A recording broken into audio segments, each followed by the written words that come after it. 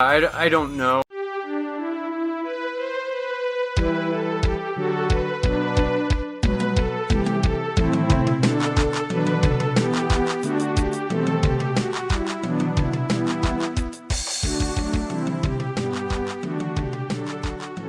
Hey folks, welcome to a podcast about Catholic things. This is Eric, your ambassador of common sense, and I'm here with Dan, your ambassador of nonsense. And we have our beer of the week this week. This time it's Two Brothers Artisan Brewing in Warrenville, Illinois, and the beer is Pinball Juicy Hop Pale Ale.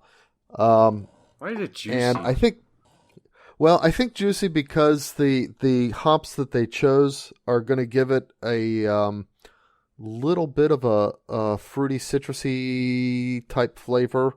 I don't think they actually add any citrus to this one, but just those are the kinds of hops they choose. But, I think this will be a fairly light one. Yeah. The alcohol is only 4.9%. The IBU, which we talked about last week, is, I don't know if it's That's International Bitterness Unit. That's the bitterness. It's either International or Imperial Bitterness Unit. I forget which one it is, but that's only 31, which is a fairly moderate. You were supposed to find out how they do that. I was, and I didn't yet. All right. I've been pretty busy at work. So anyway, I think this one is going to be a fairly variation, close to mainstream, but with just a little bit of variation. Might almost have a crisp kind of feel to it. I don't know. I haven't tried it yet. You haven't tried it yet? This is my first time having this. Yeah. Oh. So I'm unfamiliar with this one. So anyway, well, I can tell cheers. you it's tolerable. I guess I don't even like beer, so I would. Well, that's too bad. You used to like beer. I used to like beer a lot. See, I had this friend who worked at Sam Adams, and yeah, it's anyone who works at Sam Adams. I think they get like 4 cases of beer per month or something like that for free. But holy cow, maybe it's only 1 case. I don't know. The thing is, either way, he worked in quality assurance, and he was actually like a supervisor there. So he didn't just get the normal amount of free beer per month. He got pretty much everything he wanted, I mean, he could fill up his car every day, which he often did, and he would my house was on his way home. So a lot of nights I would come home and I'd see Sam Adams whatever sitting on my doorstep, and so I just always had a lot of Sam Adams beer, which I developed a taste for, but I don't. You know what? When my kids got to be teenagers and they started getting into my beer, and different parents deal with that different ways. I just stopped buying it. So there's none in the house, and I just kind of lost the taste for any beer. I see. And you got a lot of. I hope that's not coming through on the recording. There shouldn't be any. No, I'm not seeing anything on the recording. Okay. I don't know, because I'm not hearing anything either. You must be getting it. Yeah, about every stuff that I'm not. 10 seconds, I'd say. 20 seconds, I hear a loud beep. Oh, well, I'll work around it. It's definitely not in the recording. Mm-hmm. So what do you think of this beer? At least on my end. You never actually say whether or not you like them.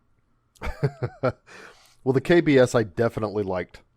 And the one... So what was the first beer we did? It wasn't the sour. I forget what it. I don't know. I think we did an IPA on one of the first ones, and I liked that. Yeah. But this is okay. It's, to me, it's not as beery as I like a beer to be. I like a beer to have a strong, either hops or malt profile to it. I like it to have that. Yeah. That flavor in fullness, and of course it has to be balanced with the other. So, if you have a lot of maltiness, if you don't balance it with hops, it just tastes like syrup, or so it's okay. Also, it's Sunday morning, and but you know what? It's hard for me to take beer on Sunday mornings. Oh, It's almost 1:30, Eric. Well, I got you up. wake up so late. It's still Sunday morning. Well, I got up and go straight to mass, and then I come home, and then it's like. Plus, I was up late last night. Yeah. This is a beer that I would really enjoy as one of those. You just have a cold beer at the end of like being out all day working in the sun or something like that. It's your that lawn, kind of a flavor have for beer. me. Yeah, exactly. Okay. So call it lawn. It's a lawnmower beer. There you go. Yeah. Do you know that there's I don't know if I told you about this. There's a pub up in Michigan I used to frequent with Terry that was as a restaurant. And it was an English pub. There's lots of Irish pubs around, but there aren't many English pubs. Mm-hmm. And this was an English pub called the Red Coat Tavern. And they had quite an extensive beer list. And they would have the different categories of beers. And the one of the categories, the one that they put the American mainstreams in, was called lawnmower beer. Not lawnmower beer, lawn chair beer. They call it lawn chair beer. Okay. Anyway, the characteristic of lawn chair beer, the tagline under it was uncorrupted by flavor or uncontaminated by flavor or something like that along those lines. Yeah. So lawn mowing beer is a real thing. Yeah, I guess so. Okay. That's enough about beer. What, yep. Okay, so I'm not even sure how to say what we're talking about today. I mean, I'm not going to say it the way animal rights, but yeah, introduce the situation like you did to me, and we'll just talk about it. So, I'm sitting there on my couch, and all of a sudden I hear this bird really loud tweeting as if it's right next to my ear, and I look up, and in the corner of a window, a bird had gotten through the screening somehow and had made a nest and had put some eggs. And I think they were starting to hatch, actually.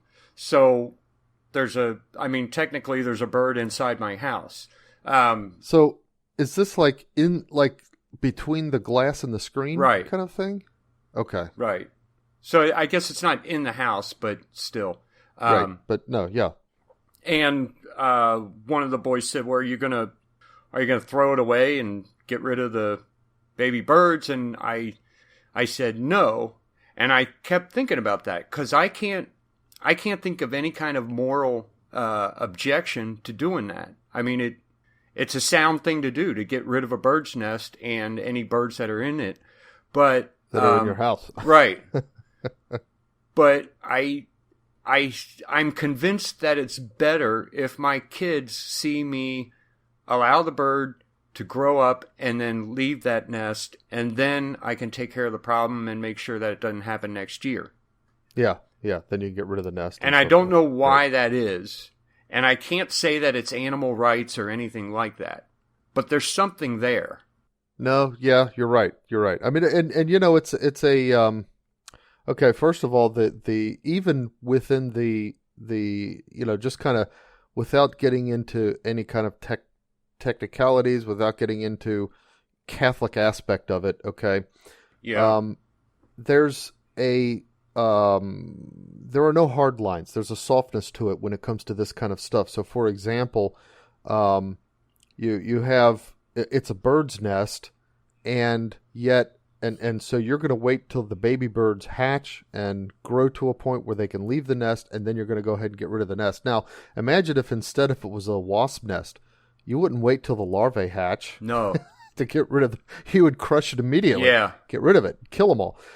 So there's that aspect of it. There's, obviously some differences there, but there's even more. So this bird's nest happens to be in a space that is, while you don't over the long term want to encourage birds to nest inside of the screen, or even necessarily in places like the eaves of your house and that kind of stuff, it can be tolerated for a short time. But for example, if this through some kind of weird mishap, if this had occurred in a space where the birds, upon leaving the nest, could as easily fly into your house as out of it, you probably would get rid of it. Right. And you'd probably patch. It's like, oh, yikes, there's birds coming in the house. It's a good thing they didn't just come in and poop all over the kitchen and stuff. I got a story for you.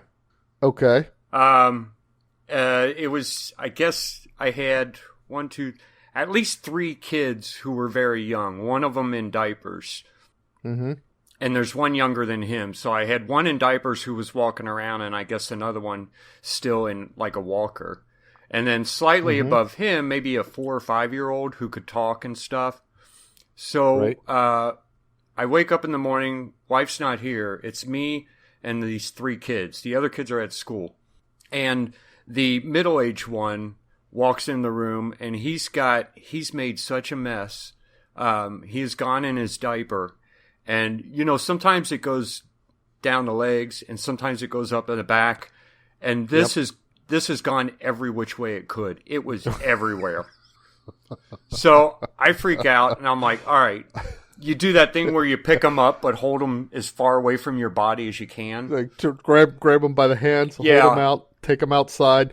Say, okay, just stand there. I'm going to hose you off. Well, I didn't take them outside. I took them up to the bathroom. And I had like in the tub or something? Yeah, I set him down in our clawfoot tub, or at least I'm about to send him down in the clawfoot tub. Out of the blue, this blackbird flies up into my face. Oh, yikes. So now I got to... Did you drop your kid? No, I didn't drop it, but I almost did. So I go in the hallway, set him down, stay there, don't move. I go get a sheet and try to throw a sheet on top of this bird. It took me 5 minutes, but I finally got it. Took that outside, let it go. Come back in, take care of the kid, get him all changed. And, I'm pretty worn out by this time. I sit down on the couch kind of like whew, it's over. Yeah. And my daughter walks in, and she said something, and I'm explaining to her that I'd just gone through an ordeal. She wanted breakfast or something. I said, yeah, I had to clean up Sam, and there was a bird upstairs. And she said, oh, yeah, in the bathroom? I said, yeah, in the bathroom. She said, yeah, I saw it. I said, why didn't you tell me? Didn't say anything. I said, why didn't you tell me? She said, you didn't ask. Apparently, I have to ask about these things. Is there a bird in the house? Kids, anything I should know today? The birds come in the house. I love kids. That's hilarious.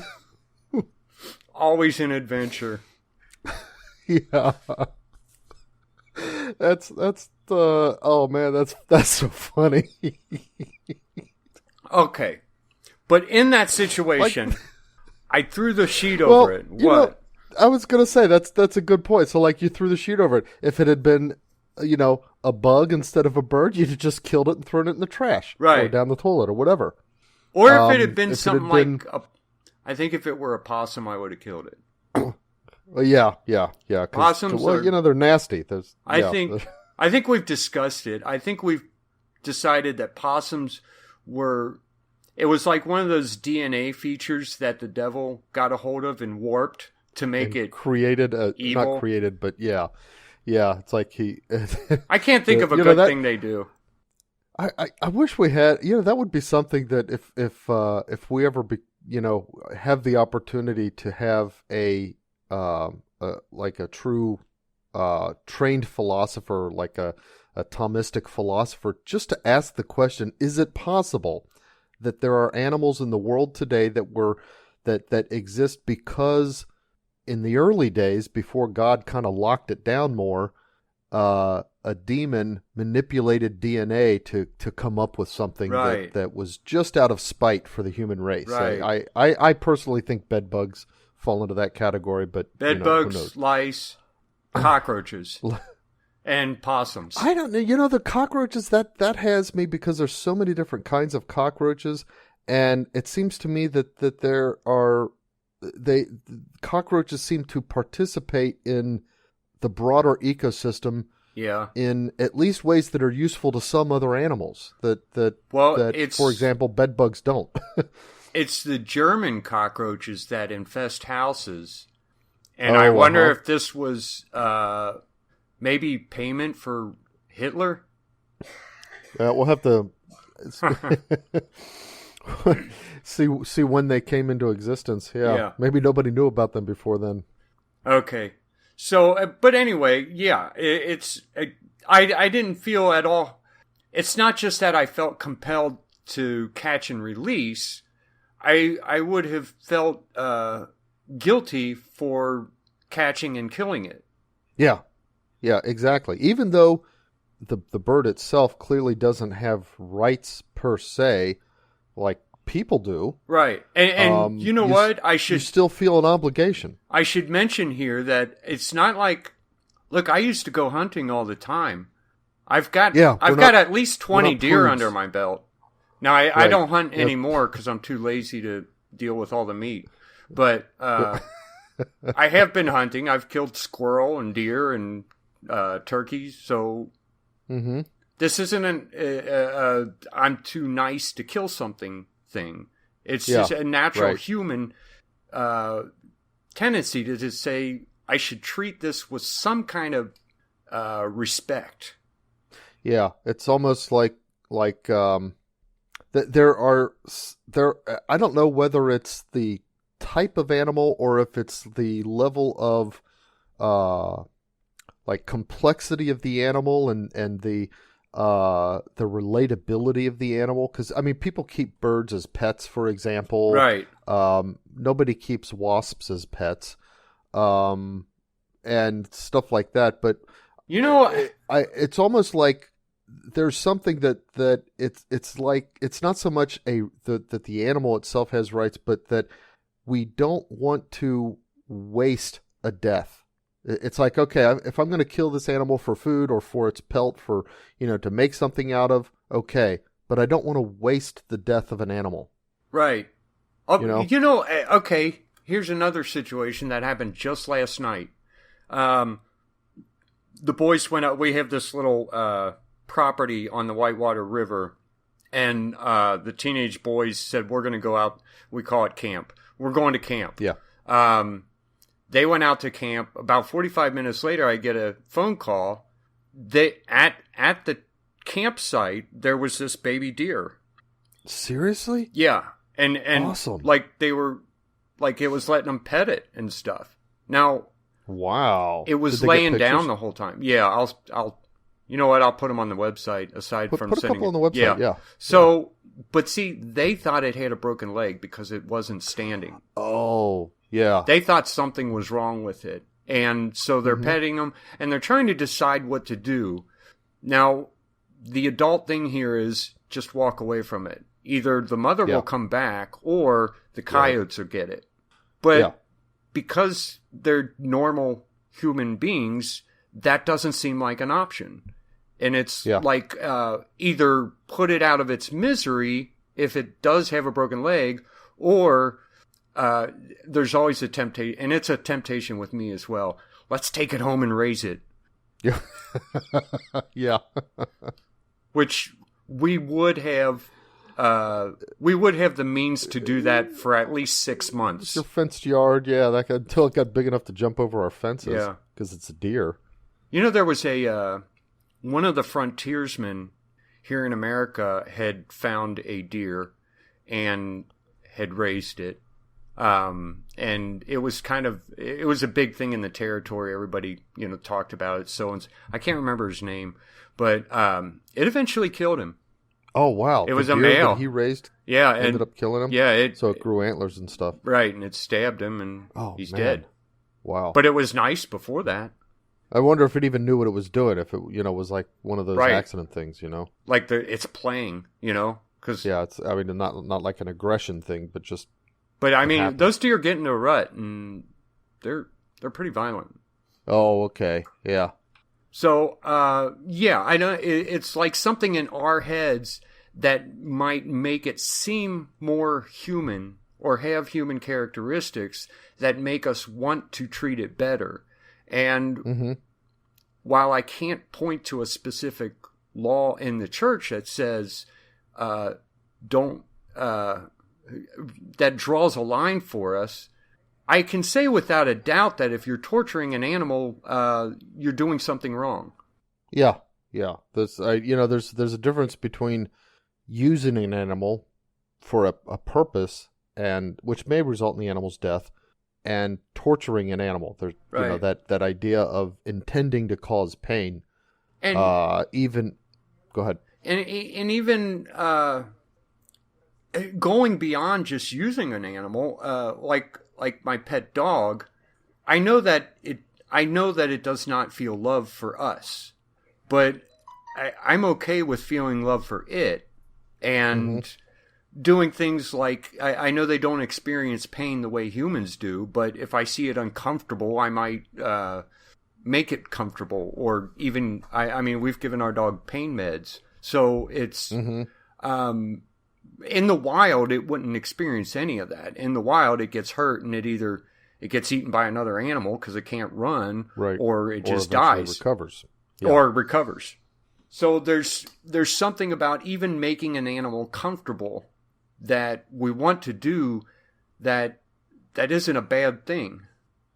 Yeah, and I think there's a, kind of looking at and this is, I don't know how much we have talked about this, because there's people think a lot of people think in terms of human behaviors and characteristics and activities, in terms of evolution. I personally don't that much. I don't either. Not because I think evolution is a challenge to faith, but just because knowing as much as I do about biology, it just seems too improbable that's the kind of the thing behind the mechanism behind it all. Right. However, there certainly has been a development of human society, and anthropologists, when they look for signs of early human existence in a region of the world or an area or whatever, you would think that, okay, what's the first, what are the things that they show as being indicative of the development of a sense of civilization among people, even if it's a small one, even if it's just tribal. And you would think, okay, maybe tools or something like that, but it's not. One of the earliest signs that they have that shows the development of a civilization is a splint for a broken bone.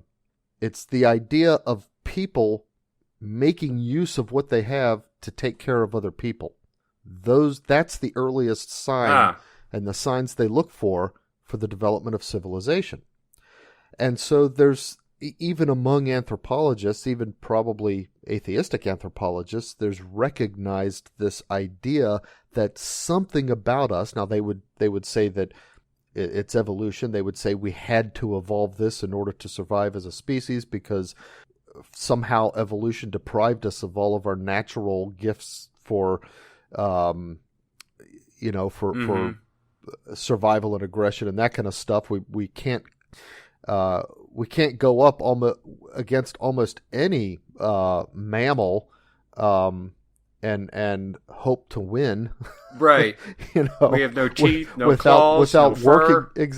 Without working together in some way. And so we had to develop that civilization, that sense of working together, and therefore growing out of that. And of course, we would say that it was naturally put into us in our creation by God, is this idea of compassion, this capacity to experience the pain of somebody else, at least in some sort of proxy or sympathetic way, that seeing pain in others causes pain in us. Right. Now, of course, as you pointed out, there's people who maybe torture animals. That compassion switch is broken somehow. It's like reversed, like seeing pain in others causes, I don't know, some kind of weird perverse pleasure in them or whatever. But for the normal case, for the sort of the standard template for a human being, seeing pain causes a sort of an echo of that pain in us, some kind of psychological discomfort that impels us, that leads us to a desire to take steps to alleviate the pain, to relieve the pain. And of course, then it goes beyond that, and like your situation with the with the whether it's the blackbird or the nest of birds in your window, or the deer, or the dog, thing, or whatever. Yeah. So it's not just that if we see the animals in pain, because we're capable of thinking abstractly and stuff, even when we see situations, we sort of project the possibilities of pain through circumstance onto animals, and then take steps to avoid those. Like for example, throwing the birds away, especially if they're not even hatched yet or just barely hatched. I mean, it would be a couple moments of what would probably not even really register as pain on the part of the birds. The mother of the nest, they instinctually care for their young, but it's not like they go through psychological anguish at the loss of their young or anything like that. And so there would, if you analyze it coldly, there's really nothing about going ahead and throwing the nest away. And yet you've got this instinct that says, no, I don't want to do that.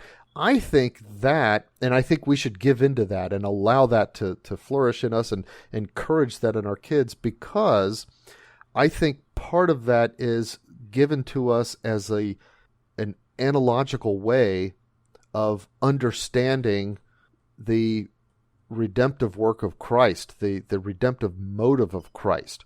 So he became one of us. God created us. We rejected him. Now we're in a state of weakness and inability to recover, and we're headed for what is pain in the eternal fires of hell. And God had compassion on us. Even though it's impossible for God to actually experience pain within his divinity. There's even when we reject him and offend him, we say we offend God, but that doesn't experience discomfort within God's divinity. Now we're talking about the second nature of Jesus, even, or the divine nature of Jesus. The divine nature, as the Son of the Father, God person. As creator, even having given us as part of creation free will, and us choosing that to reject him, that doesn't perturb his happiness.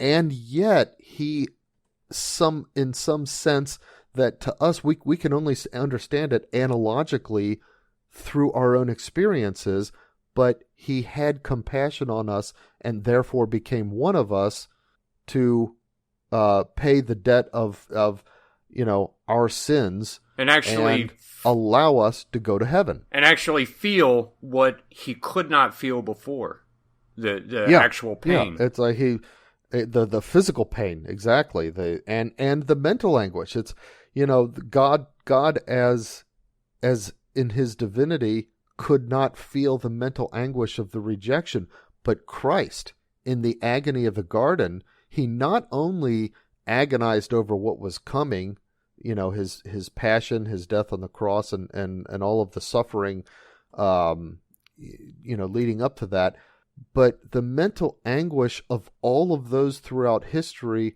who would refuse to accept the salvation that was being offered by that sense of the waste of it. And so I think that, if for nothing else, even if we don't talk about whether we owe it to God to care for his creation or anything like that, I think just for that reason, as a way of coming to a better understanding, or at least not an understanding, but a realization of God's compassion for us, that he really does have that compassion, that it's a real thing, and that he's calling us to respond to it and turn back to him. I think that's one of the really valuable aspects of this kind of built-in sense that we have that we ought to do something to relieve the suffering even of mere animals. Yeah, it's like it's a way to take part in God's, how do I say this? Jesus became man out of compassion, and by taking part in that compassion, we take part in Jesus's divinity. Yeah, or at least we take part kind of analogically in the incarnation, in a sense. Because we then help ourselves to gain that that unity with his own motives and his own reasons. Now, I mean, so what we've talked about so far, it's one of those things, like you said, it should be encouraged in your kids. And of course, one of the ways we do that is by, say, having a pet so that they can experience nurturing on something that isn't as important as a real baby. Things like that. Right. And it hopefully will develop in them that compassion so that it applies to not just animals, but to other people. But this is on a one-to-one basis. You can't do anything about, say, all the deer that have broken legs in the world, or even go out to find them, or that regardless of whether deer have broken legs or not, wolves attack and kill and eat deer. Yeah, for example, and it's lions, violent. And it's not kill antelopes and eat them and stuff like that. It's not even easy to watch, in nature shows and stuff. So when you're watching a nature show, you're sitting there rooting for that deer or that rabbit or whatever that's trying to get away. Even though if the rabbit gets away, then the lion or the wolf goes hungry and doesn't eat and maybe starves. I always rooted for the lion. Really? Yeah, I mean, like when you I don't know if you remember, we used to watch Mutual of Omaha Wild Kingdom. Yeah, I downloaded that. I was always like, I mean, it wasn't like a cruelty thing, like I wanted the deer to suffer, but it's like, I don't know, I just saw, I saw the completion of the natural order when the lion, well, you know what? It took down the deer from the herd or something. I don't know. I just always in my head it always depended. Like, okay, if I see a lion or a predator go after a rabbit, it wasn't a big deal to me. Sometimes even the larger animals like deer, but if it's a baby, that always bothered. Yeah. I always rooted for the baby. If it was a baby, yeah. But it really depends on how sentient that animal seemed to be. Huh. Mm-hmm. Like I watch nature shows all the time. Like 50% of TV that I watch is nature shows. No kidding. So when I see orcas going after, say, fish or something like that, then I root for the orcas. If I see them going after a seal, I root for the seal. Oh, no kidding. Okay. I don't know. Yeah. Maybe I don't know why that penguin. Is. Yeah, even a penguin. I would probably root for the penguin over the whale. Yeah, I do root for the penguin. I don't like orcas. I think they're mean.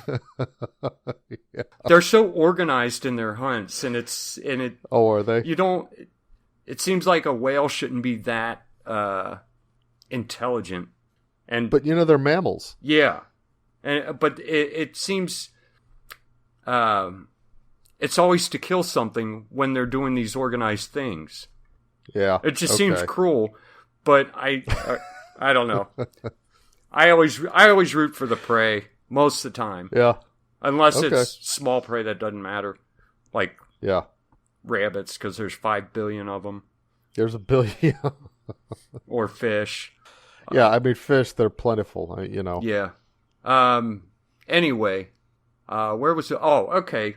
Okay, after we talk about things like pets and the good of pets and the good of going ahead and treating it not necessarily like it's human, but that its pain somehow matters. Yeah, right. Then we talk about something like industrial farming. Oh, like okay, Animals. I know what you're talking about. Like standard cage chicken eggs versus free range chicken eggs, stuff Right. like that. And like cows that have been kept in a pen that's just barely large enough for the cow itself and never able to roam the countryside. Right, right. Again, I can't think of any kind of law or moral guideline for this, but I try to buy organic whenever I can, and if I see free range, I will buy those instead of unless I'm really short on cash. But the point is that seems wrong to raise cattle that way, or and again, I just want to point out it's not like I'm some city boy. Well, we are city boys, but we raised goats. Well, I've we raised chickens. Goats, yeah. I've raised a number of different farm type animals, and Right. I understand what they're there for. I understand that these are just going to be meat or used to produce something, but it still seems like not a good idea as a society to accept that form of raising animals. So, one of the by the way, so you said organic, which is like a completely different thing, because usually that has to do with plants. It is a different thing, but and the use of pesticides and stuff like that. But they don't say put 5 billion chickens in a tiny little pen and then just pump them full of antibiotics to keep them alive long enough to kill them. Yeah. So if you're buying organic farm or meat type things, then you can almost always bet that they're free range, because that's the only way to keep them healthy until it's time for slaughter. Oh, okay. I thought organic only applied to plant products like produce. I didn't realize they used that. You'll that see word on meats. You'll see it hung on eggs and meats, and it still has to do with the chemicals that are used in it still has to do with these chemicals, especially for insecticides and things like that. But okay, so I don't know. You know what? I see that label. Put it that way. I'm not defining it here. Maybe I'm wrong, but I see the label hung on meat. Right. Okay. So I setting a not worrying about organic for a minute. I think that there's something there, and I think that it, like the thing with the cases about compassion for animals. I think that there's a level of I don't know, a softness to, there's not something that you could put like a hard and strict line on. Well, okay, here's where you crossed the line and here's where you haven't. But I think that there is something there. So, and I think it has to do with this idea that, God created all the animals. And, we know that even biblically, God created the animals, even though he brought them to Adam to name, and even though he then gave people dominion over the animals, nonetheless, he created those animals with a particular animal nature that those animals have developed. Now, the particular ways that the animals interact with each other and relate to each other ecologically and so forth within the food chain may have changed and adapted over the centuries and over the millennia in different parts of the world and so forth. But nonetheless, there's this plan in God's creation of animals. He made, deer to run through woods and feed in meadows. He made cows to eat grass in fields and various things like that. And so there's this sense that even though he gave them to us in order for us to use them, to get our meat from them, to get, leather products for, maybe bags and stuff, Yeah. or clothing, and even the plants too, to get food and textiles and so on and so forth.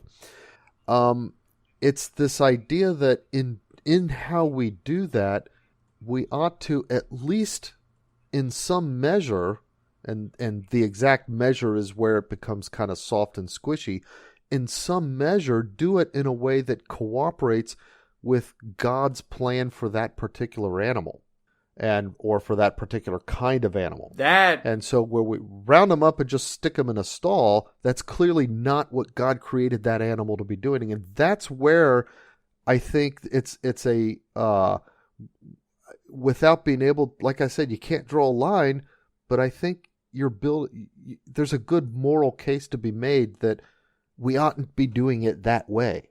Yeah. That's probably the only time I've ever heard it put that way, and that best describes how I feel about that. That's a good way of putting it. And one of the things here is that the more removed man is from that whole process, the worse these things seem to get. So, well, that's true. A dedicated farmer who understands animals as something to be used would not want to do it that way. But when you got corporations involved, it gets pushed further and further that way, because the people at the top are removed from the whole process. And then, of course, the customers are as well. But I'm talking about the removing. But, even the individual workers who work on that, it's easy to find people who, at one level, they might not be as comfortable with it, but they need the job, right? And so they take the job. Like Napoleon Dynamite.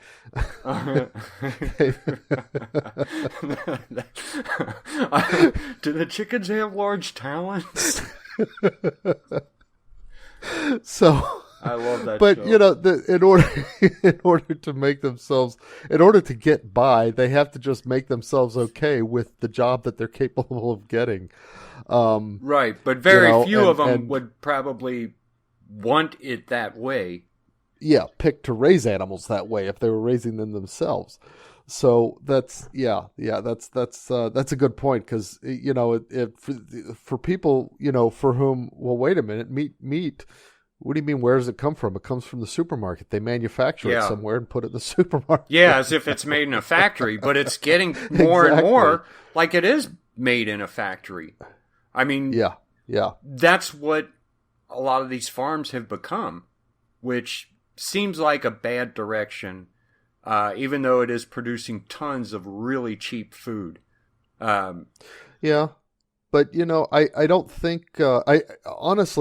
I think it produces tons of cheap food, and there's lots of people for whom that is part of what allows, I guess, us to live in a certain standard of living the way we do and that kind of stuff. But, it's one of those things that if it weren't available to do it that way, as a society, we'd figure it out. We'd get by. It's not like the availability of the cheap food is the thing that suddenly caused a lot of people to be able to have nice houses and stuff. Because if you look at things like housing and cars and other things like that, the costs of those are elevated so much because of other factors in society, like the easy availability of, say, loans to get these things, and so on and so forth, and that causes people to not save up, and if they don't save up, then that means they're also spending their money, all the money's going out on entertainment and this and that. Okay, if food just weren't quite as cheap because we didn't have these kind of industrialized meat factories or whatever, we would work it out as a society. Society Especially in and within America. yeah, yeah. And in a free market society, we would still continue to improve our standard of living. We would continue to grow in terms of, the comfort that we have available, and in terms of the degree to which we can reach the poor and elevate them, Yeah. both directly providing for them their specific needs, and giving them opportunities to give their kids education and that kind of stuff, and kind of get out of the cycle of poorness and so forth. All of that would still be there without these industrialized food processes that we have. It just might, in some cases, move a little slower, and in some cases, it might be a little bit better. There might be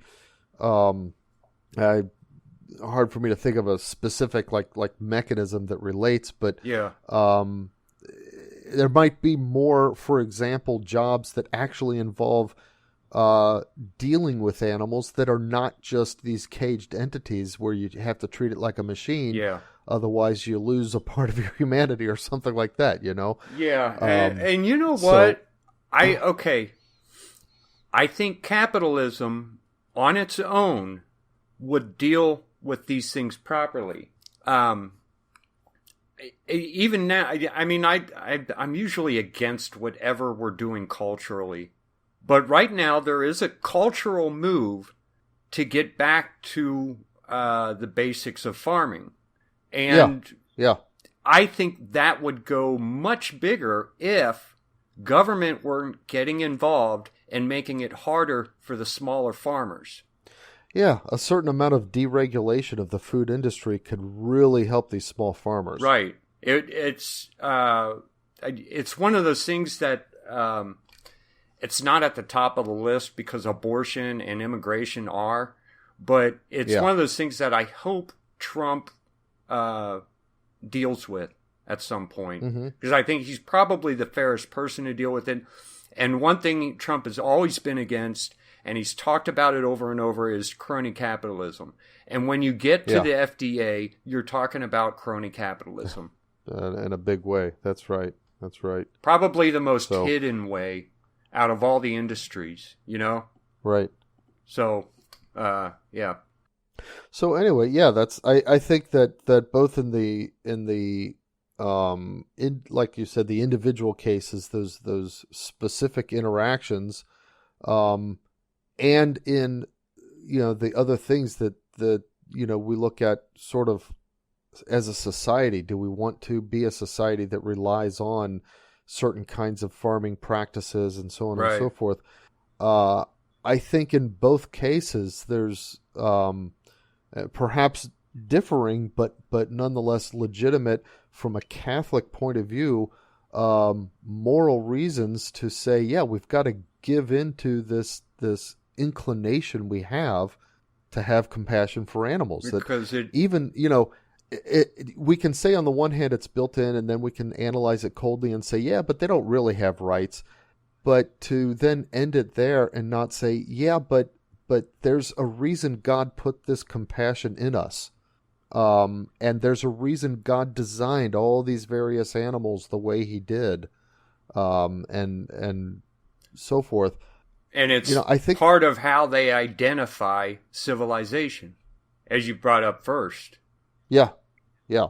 This is, two things. First of all, that reminds me of, I would compare it to when we talked about poverty and how we've got a one-on-one obligation to help the people that we see, or at least given to our inclination to help people.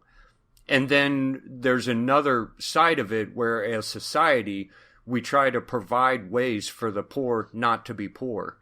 And so it's on a one-on-one scale, and then it's on a much bigger cultural scale that we should at least be moving towards. Right.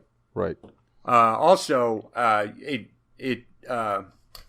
reminds me of Philip K. Dick's the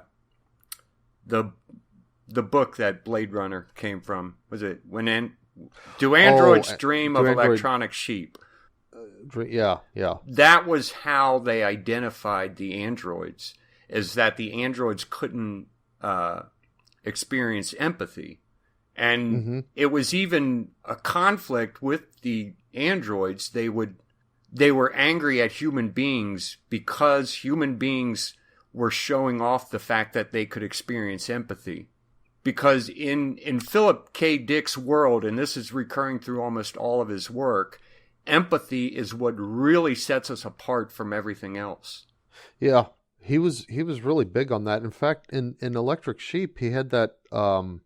There was that. It was kind of the like empathy a box. religion. What was it called? What? There was the empathy box, and Yeah, and then there was that guy, and all he was doing was like walking up a mountain or something like that, and people would like tap into it and experience it together, so that it they was could becoming feel each other. like where the government was trying to shut it down or something like that. Right. And I don't know if that was actually supposed to be kind of like an attempt on the part of like androids to or something like that. Right, the androids were or, upset because they couldn't use the empathy box. They couldn't do it. Right. And that was a reoccurring theme with him. Aside from just the actual empathy box, there were a couple other short stories that he talked about him. Mm-hmm. So, I can't think of. Oh, you know what? Another question that I often hear Catholics talk about, and it really doesn't have anything to do with what we've talked about so far, but are animals in heaven? What do you think? Okay, so it's defined that the animals that are here now, when they die completely. The soul they have that animates them ceases to exist when the animal dies. And therefore, that animal is not in heaven. It is speculated, and I think disputed back and forth, but I think certainly acceptable for us to believe that in heaven, or at least in the new earth, when there's a new heaven and a new earth, that in the the afterlife, as we experience it, that there will be a physical existence that will include animals, but they will not be the resurrected animals from this world. Right. Are you there? Yeah. Okay. Every now and then your phone does really weird things. Yeah, I think it's when I get a text message or something like that. Okay. Terry's trying to buy a mattress, and she's texting me about a sale that's going on and stuff like that. Yeah. I guess the idea there is that right now, before the fall, the animals were here, and it was a way to glorify God. It was part of the glory of God, this creation of His.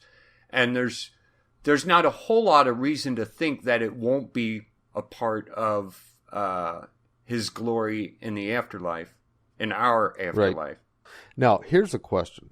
In this world, and here's something that I think people have gone back and forth, that all we can do is speculate it. I don't think either one of us is qualified to answer this, but it's an interesting question. So in this world, even before the fall, among animals, there was an ecology of life and food and so forth.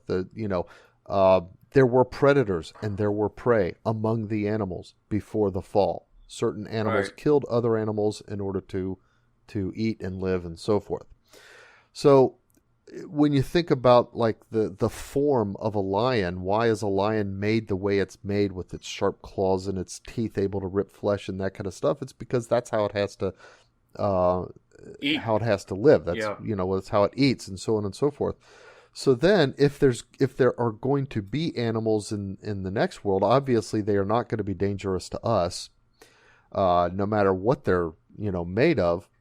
But will there still be an ecology of food chain? Will there be animals who live by killing other animals, or will animals in the next world simply be perpetually alive, the way we will be then. And will we eat them? Oh, and will we eat animals, or will we not eat at all? I think most Right. people think, well, it's going to be our glorified bodies, and so we'll have the material, informed by our souls, but it's going to be in a glorified state that we don't need to eat, we don't need to sleep, and so on and so forth. So in the glorified state, is that a return to our state before the fall, or is it a new thing that we had never experienced? It's an elevation of that. Okay. Right. No, it's something that we've never experienced. It'll be an elevation of that. Because even before the fall, we had to eat and that kind of stuff, and we were going to grow and so forth. Well, we won't, that aspect of it won't be there anymore. Okay. I think all the theologians pretty much agree on that. Okay. It is a good thing to think about because it keeps your brain busy, but I have not thought about that. So I don't have an answer. I have pondered on whether or not, are you saying, is it accepted that before the fall, lions would try to catch deer and eat them? I think so. Yeah, I think I heard even Aquinas says that. Yeah, Okay. the nature of the animals in the animal world and their relations with each other did not change as a result of the fall. Only their relations with us. So they became dangerous to us in ways that they weren't. Have you ever read Mark Twain's The Diary of Adam and Eve? Yes. It's kind of funny. It was very funny. And there was that time when he went out and everything was fine, and then all of a sudden all the animals are killing each other. He's trying to figure out what happened. Oh, okay. And then he kept saying, and water came out of the place where she sees. Oh, whenever she would cry. Yeah. That's one of my favorite books by him. Not even a book; it's more of a short story. Yeah, but it's hilarious. just kind of a right. It is funny. Okay, I don't have too much more to say on this subject. Okay, well, why don't we turn to some current events? Okay, so the big thing right now, especially for us here in Ohio, is these tornadoes that went through. Especially for Dayton, which is about an hour up north of Cincinnati. That's where, my son just moved there. Jeremy really just moved to Dayton. Oh, that's right, he did.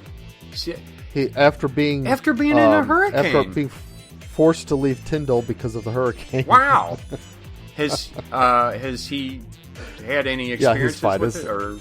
Yeah, no, his place is fine. Okay. But it's just kind of ironically funny. That is ironic. Yeah, because just this last year is when he moved here because of the hurricane. Yeah. Huh. I don't personally know anyone who was affected by the tornadoes, but some pretty widespread devastation. Here's the thing about tornadoes. You'll notice they usually miss cities. And I think it's because of the things like air currents and stuff that are created by concrete and buildings and things like that. Right. That makes sense. I mean, they do occasionally hit cities, but if you look at the paths of tornadoes, they seem to go around the developed cities. It's usually rural and suburbs, right? You see 5 billion trailer parks, but never the middle of the city. Yeah. So, our prayers go out to them. Yep. Let's see. So, one of the first settlements came out of these opioid producers. I think Teva Pharmaceutical Industries has agreed to pay $85 million to the state of Oklahoma in connection with the opioid epidemic. So, opioid epidemic. Are you talking about people who are misusing prescription drugs like OxyContin, people or are you go talking from about like street drugs like heroin, cocaine? Both, because They start with Vicodin, and then maybe try to buy more of that, and then eventually move to heroin, because you can't, unless you're rich, you're not going to be able to buy enough Percocets to really feel high for, you build up resistance to it. And pharmaceutical drugs are very expensive on the street, so that's why everybody seems to move to heroin and why it's such an epidemic. And they're blaming it mostly back all the way to the pharmaceutical companies who are peddling in it. So what is the charge to the pharmaceutical companies, that they shouldn't be selling them to doctors? I mean, they're not selling them to doctors, but they shouldn't be selling them to... That they shouldn't create the drugs?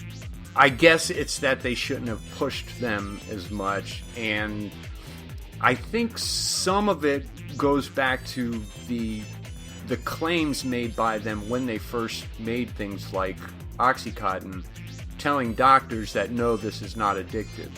Oh, or okay, misleading. As addictive. Because if doctors knew the level of addictiveness, then the doctors could treat their patients better. Not as many people will get hooked.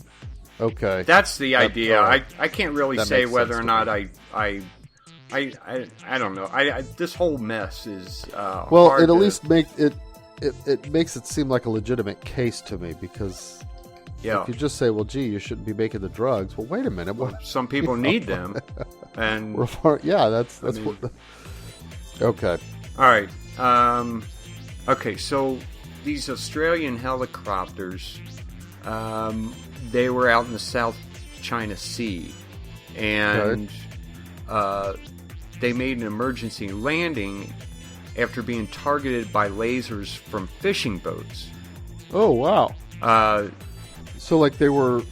So the fishing boats are... by lasers. Yeah, and then the... You say targeted, you mean like the fishing boats had... like laser-guided... No, I think they were just pointing lasers at them, maybe to harass them. Oh. I'm not sure. Pen light lasers and stuff? Right. Okay. But the thing is that they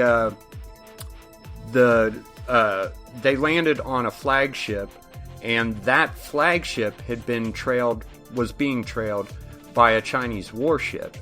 Oh, wow. So, China seems to do a lot of these weird little things that seem disconnected from the main Chinese government, kind of the way Russia does, where there seems to be a lot of...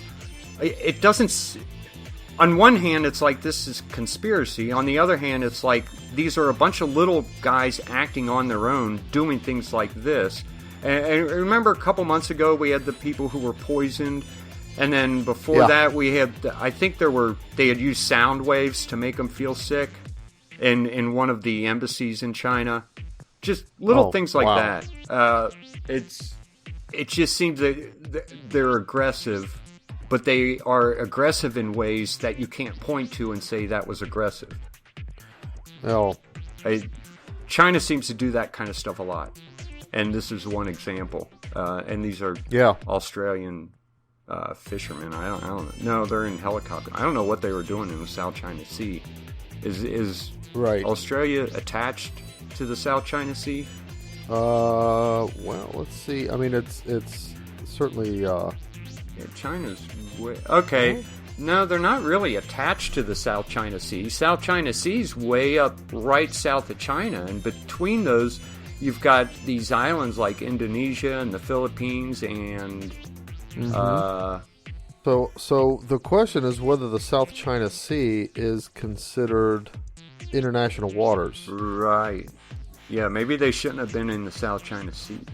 But there are some, there's a lot of islands out there, and it's possible that Australia more or less owns some of these islands.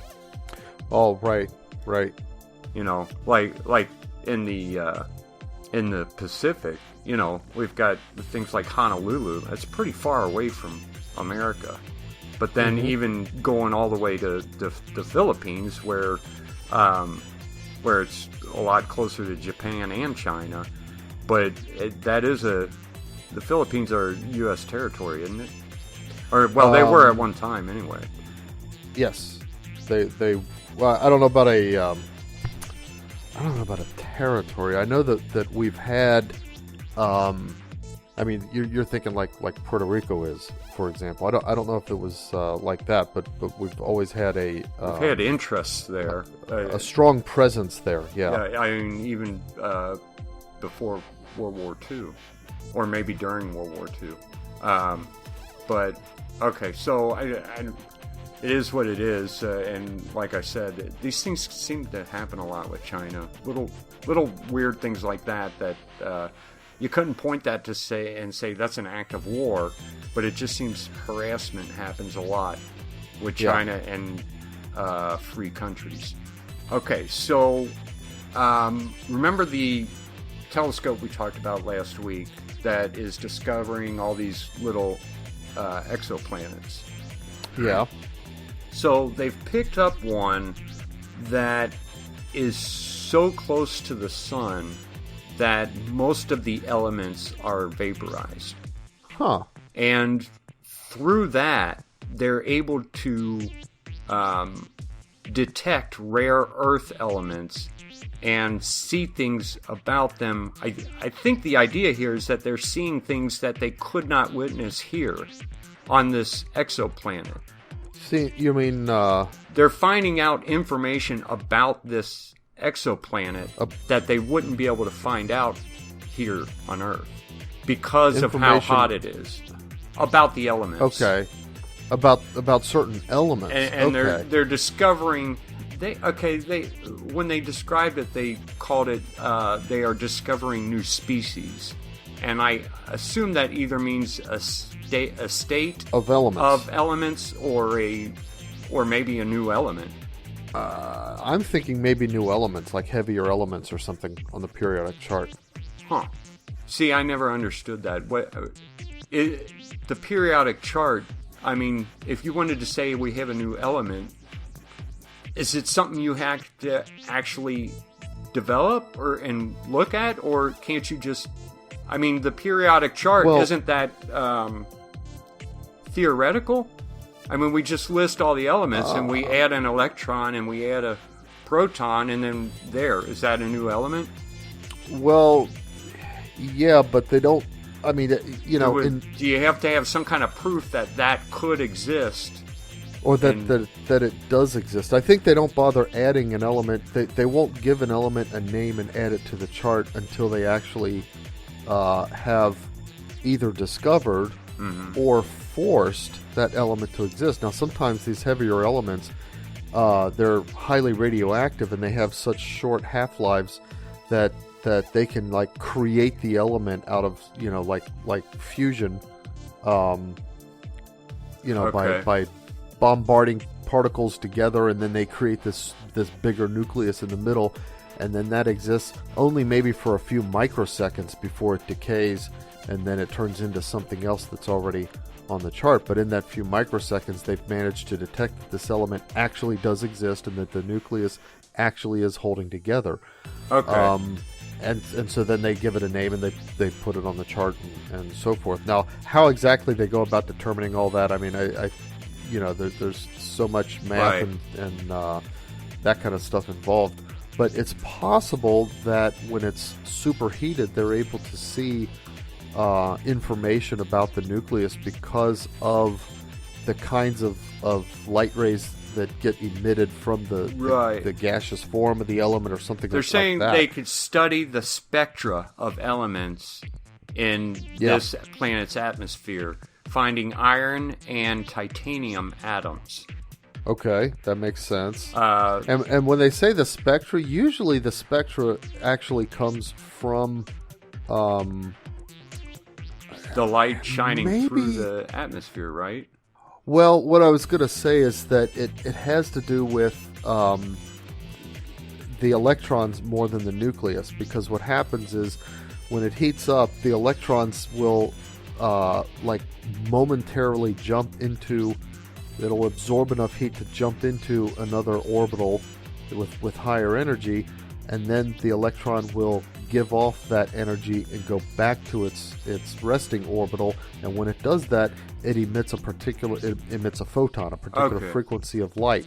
And exactly which orbital it jumped between decides what frequency of light is represented by that photon. So when they have all these different electrons in an element, and they're all jumping and then coming back, and depending on where, which orbitals they have and how many electrons at each orbital, especially the outer orbitals and stuff like that, they can get a picture because of the spectrum of light by looking at, okay, this line means that there's elements in this, that there's electrons in this orbital, and this line means there's electrons in this orbital, and the fact that we have these three lines together means that we've got so many electrons in this orbital, and this orbital right below it in energy is full, and some of the electrons are coming back up and down. So I don't understand it all, but that's basically what they do when they look at the spectrum of an element. Yeah. They're looking at the light emitted by electrons as they fall back down into their rest orbitals after being heated up into a higher orbital. And it's always very discrete. An electron will never absorb a certain amount of energy, absorb some random continuous amount of energy and then release that amount. It's always going to absorb enough until it jumps up into a higher orbital, and then it's going to release exactly a specific amount as it jumps back down and release a proton corresponding to that frequency of light. When you hear him say orbital, you thinking about the electrons that go around and around the neutron or the nucleus. The nucleus, right. And then they have levels, the same way you might have levels of planet orbitals. You've got, Mercury, Venus, Earth, Mars, and they go out to the outside orbital and then jump back in. And in case you don't know what he's talking about, yeah. So this planet it's 650 light years from Earth, and it's only they're saying 6 million kilometers. Well, no, that would be 3 million miles from its star. It goes around this star in just 1.5 days, and the atmospheric temperature is over 7,000 degrees Fahrenheit. It would be the hottest exoplanet we've discovered. So just for comparison, to give people an idea, the Earth in our solar system is 93 million miles away from the sun. Mercury, which is the closest planet to our sun, is 35 million miles away from the sun. Yeah. So this planet is 1/10 of the distance that Mercury is from our sun, from its star. All right. Let's see. Maine has just become the 17th state to ban conversion therapy for minors. This is terrible. Conversion therapy. You're talking about like this transgender stuff? Well, yeah, if you're gay and you think you'd like to not be gay, so you go to a therapist who would help you. Oh, are you sure? Let me... So they're not talking about transgender therapy. They're talking about like... You know what? I assumed it was one thing. Okay, they're talking about... No, you're right. They're talking about sexual orientation. Yeah, it's terrible. So if you've got a kid who doesn't want to be gay and he is gay, you cannot take him to therapy. You're not allowed to give him therapy. Yeah. Because it's no longer a choice. Now it's stopped being about freedom, and now it's become a club to hit people over the head with. It's like it's not about freedom, which was my problem with the gay marriage. It wasn't going to be about freedom. It never would be. Nope. That's right. When people talk about freedom and gays, it reminds me of when people talk about the Civil War and say that it was about states' rights, which we all know that it was not about states' rights.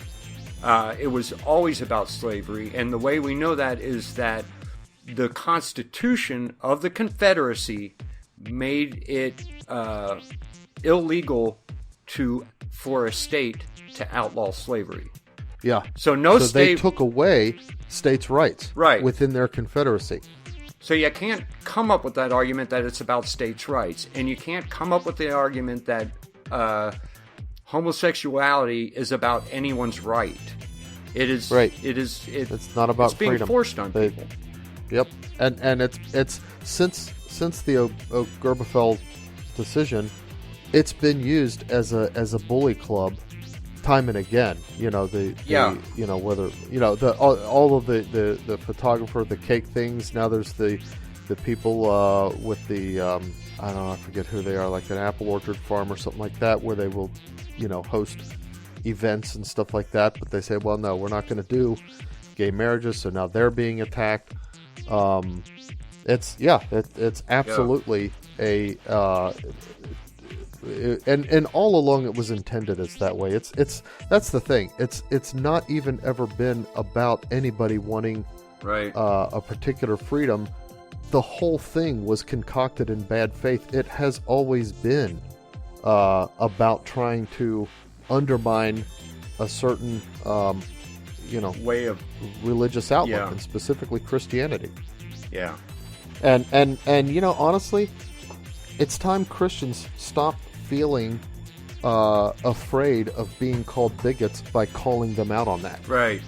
Yeah. That's even Christians will say, I have no problem if you want to do that. Why do we have to specify that every time we talk about gays? I mean, I don't have a problem if Joe wants to be with Joe, but I do have a problem with putting it in my face. So don't talk to me about Joe and Joe. You guys do your thing, but I don't want to see it or hear it.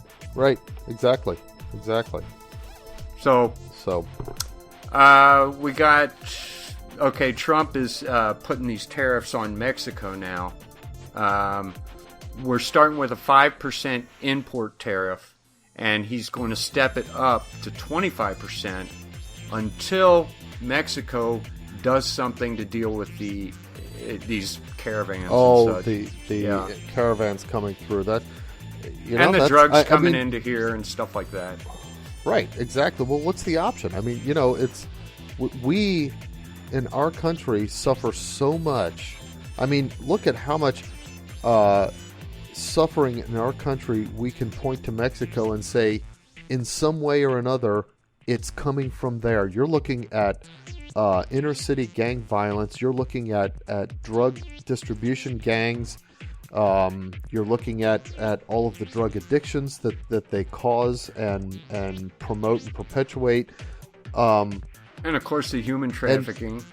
And then there's human trafficking as well, which I don't think people have even a very good handle on how widespread that is. I don't think we know. But so much of this, okay, there would always be a little bit of local of it. Think about, okay, you've got your local meth labs and stuff like that. Yeah. Those are small players. This stuff is coming from these cartels in Mexico, and the Mexican government, whether through just corruption or ineptitude or whatever, they're not dealing with it on their end, and they're letting it affect us. So, I mean, okay, if you look at it coldly from a strictly trade and economics perspective, there might be ways you could point out that it might be, non-optimal or something like that. But, Trump's got to, as the president, he's got to look at things in more than a purely economic point of view. Right. When it comes to his relations, the relations, that we, the United States, are going to have with other countries. And when it comes to Mexico, I think this is a big one. I think, Yeah. I hope that he succeeds in accomplishing what he's setting out to accomplish here. And I wish these other Republicans would get behind him. Get a little bit on board with it. Yeah, exactly. Okay. Louisiana just signed a heartbeat. Well, the governor just signed a heartbeat bill. Right. It is its effective date is tied to the Mississippi law, which has okay. already been temporarily blocked by the federal court. So we're just waiting, just like before, and keep praying for Kavanaugh. No one knows if he's going to cave or not. He needs prayers. I know. That's the thing. He's. I'm a little scared. He's going to be under a lot of pressure. But yeah, let's keep praying for him. Yeah, I would say even fast. Maybe. Yeah. I think it'd be a good time for Catholics to start fasting for this, because we could actually do this, but people like Kavanaugh have to hold strong to their convictions and do the right thing. Right. Yeah, that's a good idea. That's I don't know, maybe we can get some kind of I don't know how to start a campaign of fasting for a particular cause like this. Well, if we can, if all three of our listeners will go ahead and fast next week. Yeah, once pick one day a week to fast or something like that, or maybe a couple days a week to fast until it happens, maybe, or something happens. Exactly. Yeah. North Korea's. Okay, South Korea is saying that North Korea executed 5 officials back in March. Wow. And it had something to do with their nuclear envoy to the U.S.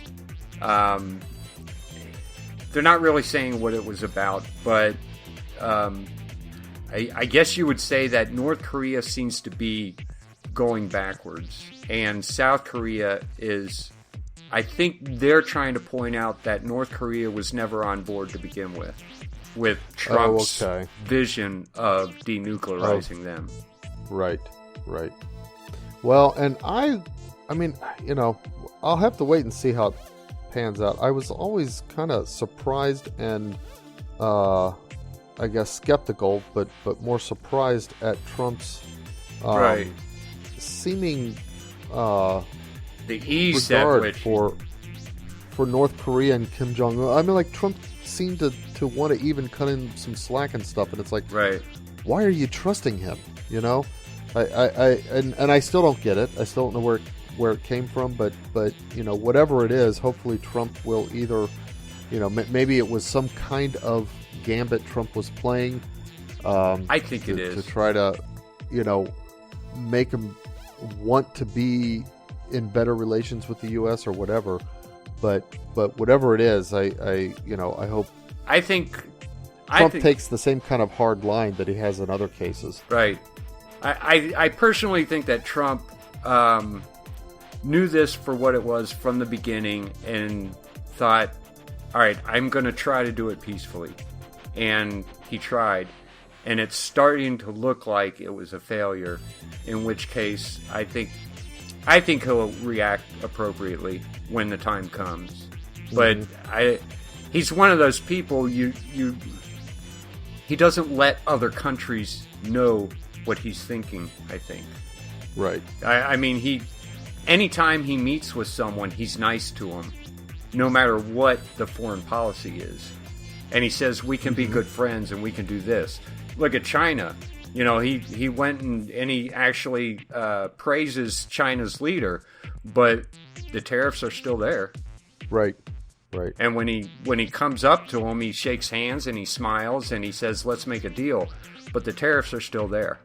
Yeah. And he's taken hard lines. He's got a lot of sanctions on North Korea, and he's not dropping them. And he flat out said, I'm not going to drop them until they're denuclearized. I got to say that. Denuclearized. I'm drinking this beer on Sunday morning. It's affecting me a little bit. Yeah, don't drink beer on a Sunday morning. Huh? Okay, let's see. We've got 2 more quick ones. Eddie Gallagher, U.S. Navy SEAL, was charged with murder of an Why do they say ISIL prisoner? ISIS. What's the difference between ISIL and ISIS?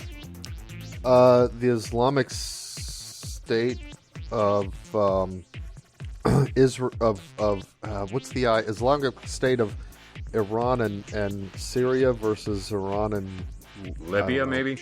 Libya or something like that. I don't know. It's the same thing. They're basically the same organization. They're the enemy. It's basically the imperialist Islamic State, the terrorist imperialist Islamic State. Okay. Eddie Gallagher killed face of Islam. Yeah. Eddie Gallagher killed one of the enemy, who happened to have been a prisoner. Now, they had attempted murder of civilians on him and a bunch of other goofy things. But I think Trump set him free. He didn't pardon him. But Trump is looking into pardoning him. So what was the actual circumstances? I mean, is it like a prisoner died and they're just blaming it on him? Or do they think... No, he actually killed someone. While the guy was imprisoned. I mean, it's wrong to do that, even if the guy was an ISIL guy, but... Right. We don't know the circumstances of that, though. Right. But it just seems unlikely, because once they're imprisoned... I mean, okay, it's like SEAL Team 6. Okay, they could have taken, for example, Bin Laden prisoner. They killed him instead. That was their mandate. Kill Bin Laden. Right. They weren't going to take him prisoner. Okay. So they went in and they did that. But, in the United States, especially somebody as disciplined as a SEAL team member, for them to just kind of go rogue like that and take it on themselves to kill somebody who's already in, Yeah, I don't know. He I pleaded not guilty. No, I don't think it is. He pleaded not guilty, and he's going to trial on June 10th. Okay, we'll see. And we'll see then. Trump is looking into pardoning him. I kind of hope he does. I think we've gone nuts on these soldiers who are over there to do a job, and Jason brought it up. And I guess when it comes to things like this, I tend to lean towards Jason's point of view more than anyone else's on these things, because he was over there. Right. And if nothing else, he deserves that much consideration of what he says about it.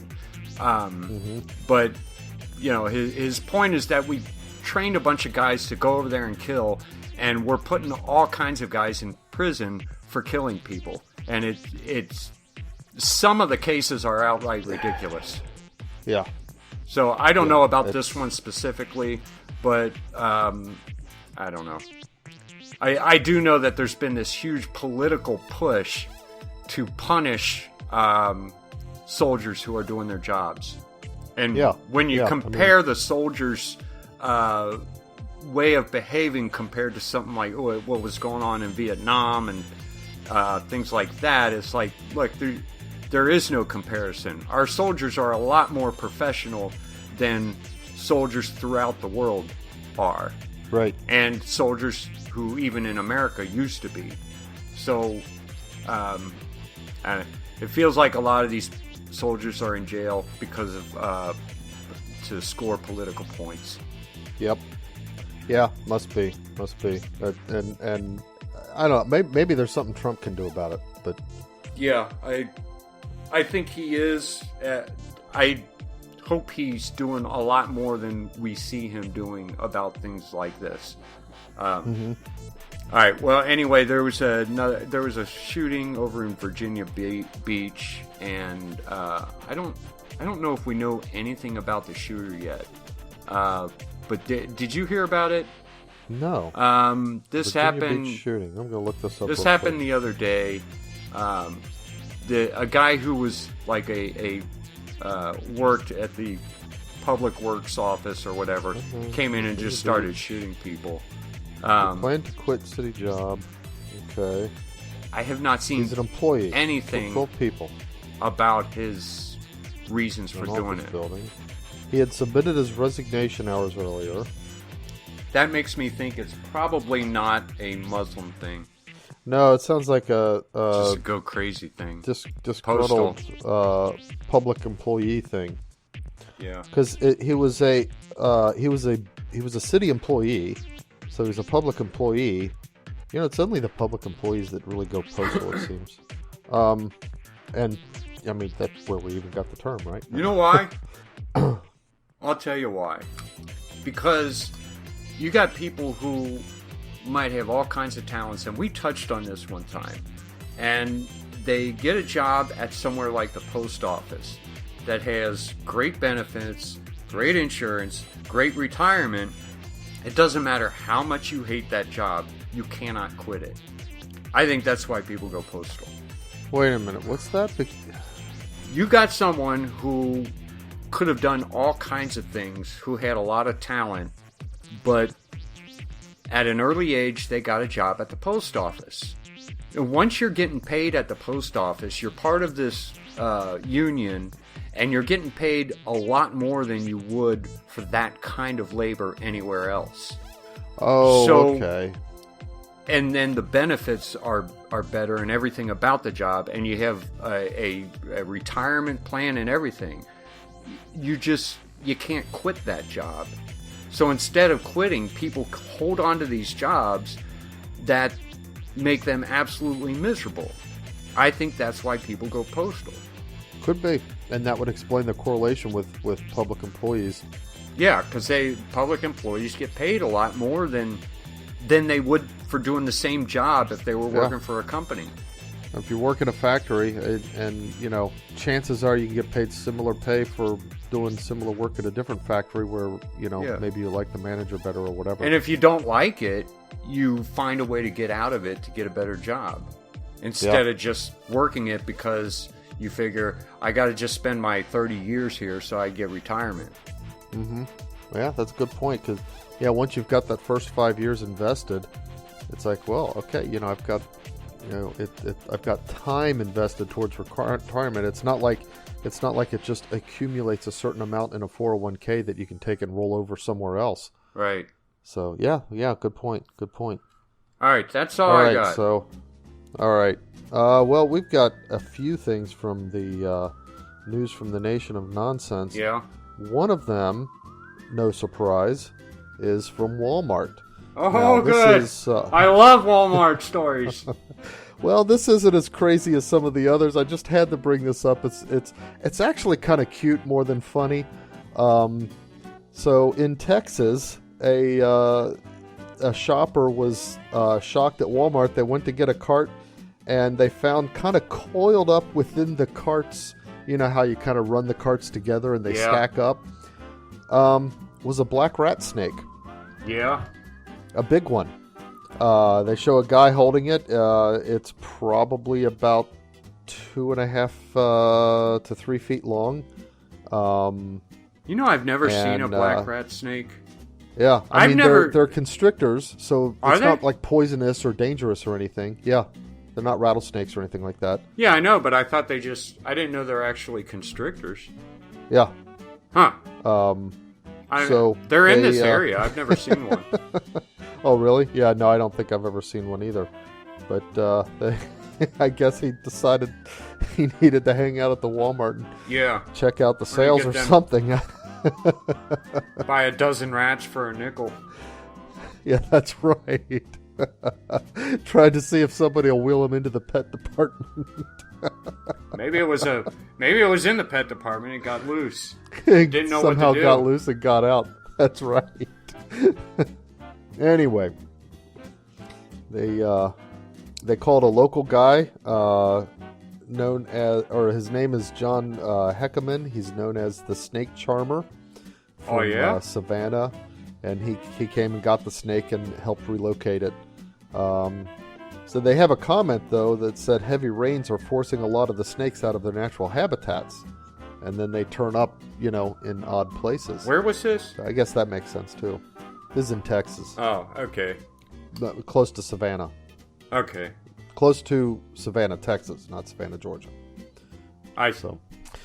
All right, so that's the Walmart news. They actually called a snake charmer. They called the guy is known as the Snake Charmer because he's real good with snakes. Why didn't they say they called a snake guy? The manager just okay, I'll grab it and maybe walk behind there to the woods and say, here, throw it out there.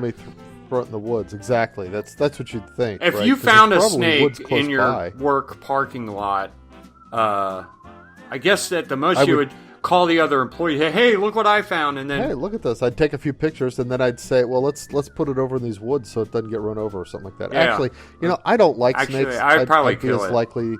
I'd be as likely to cut it in half myself. That's what I would do. Kind of. Well, it depends on where. Now, Our current show notwithstanding. yeah. Because when I lived in Cleves, I mean, we were like right on the edge of country. So one of the things, if you're in a house like that, one of the things you get a lot of are field mice and stuff like that. But Oh, right. at our house, I don't think I ever saw a mouse. Uh-huh. What I did find were snakes. Oh, well, that's why you Actually didn't in the see house. mice. Yeah.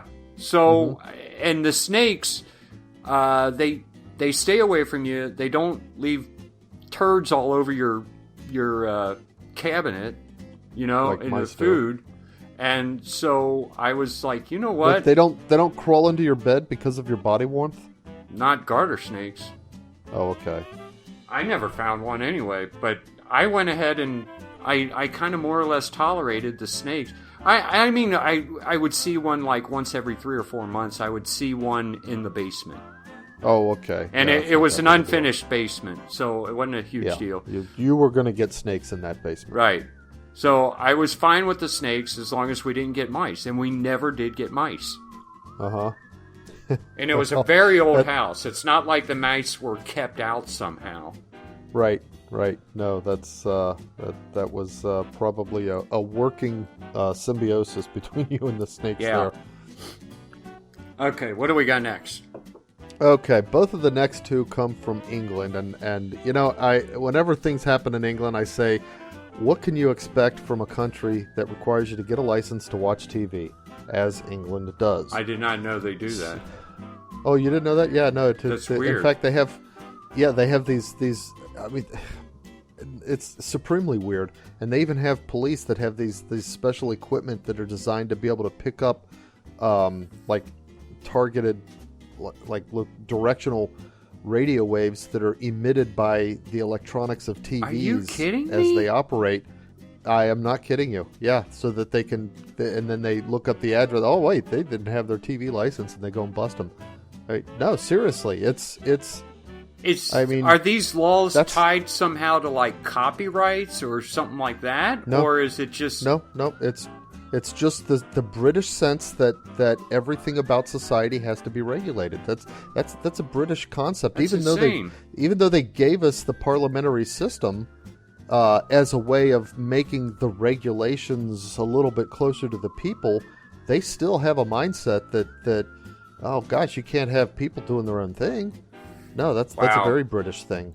I mean, there's a lot of stuff I like about England, but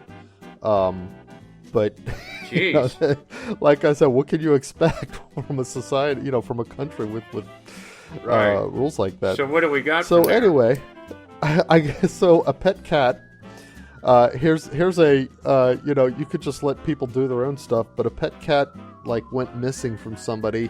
After 2 weeks, it showed up on some kind of a bridge, the Royal Albert Bridge. And they were trying to coax it out. They had catnip and other stuff like that to try to rescue it. They spent in manpower and stuff, $7,500. They were going to close the tracks while they rescued the cat and stuff like that. But here's the thing. It gets funnier. They spent, the cat had been missing for a couple of weeks, and they spent 6 days trying to rescue the cat after they found the cat on the bridge, and it just didn't, come out and let them pick it up and take it down. Jeez. So then they all, after that 6th day, it's like, okay, well, let's pack it up. We'll come back tomorrow again and try again. Yeah. And during the night, the cat went home.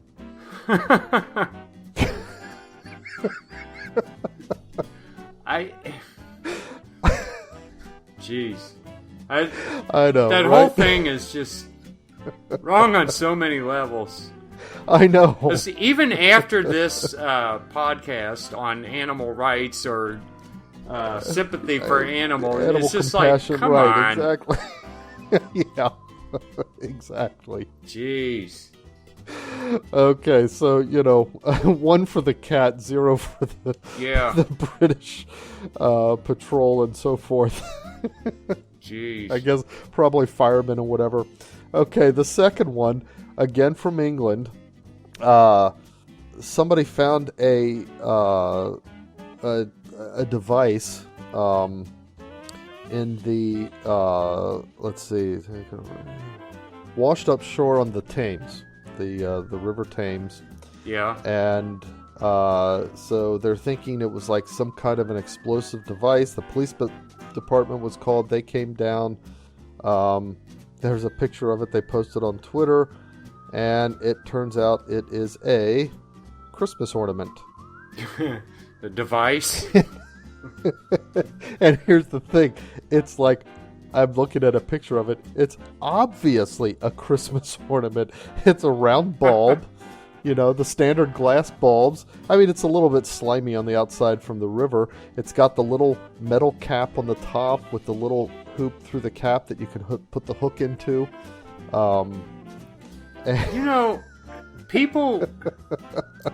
People talk about Europe as like that's the way we ought to be as. Like, anytime they talk about introducing laws in Europe, they always, or in America, they point to Europe and say, well, they've been doing that for years. Like the bathroom idiots. laws. And it's like, I mean, do you really want to be like these people? No way. Jeez. So, yeah, exactly. That's Yeah. Anyway, that's all I got. Okay. Wow, we're coming close to 2 hours here. I know. We are going to say goodbye and think about what we said and circle the beads. Circle the beads. And, all right. Yeah, maybe fast a little for these abortion laws. That's right. We'll come up with some kind of a suggested thing, that we can all do together. So because when you do things together as a group, it can be more efficacious. Right. So, all right. Bye, folks. Bye, everyone.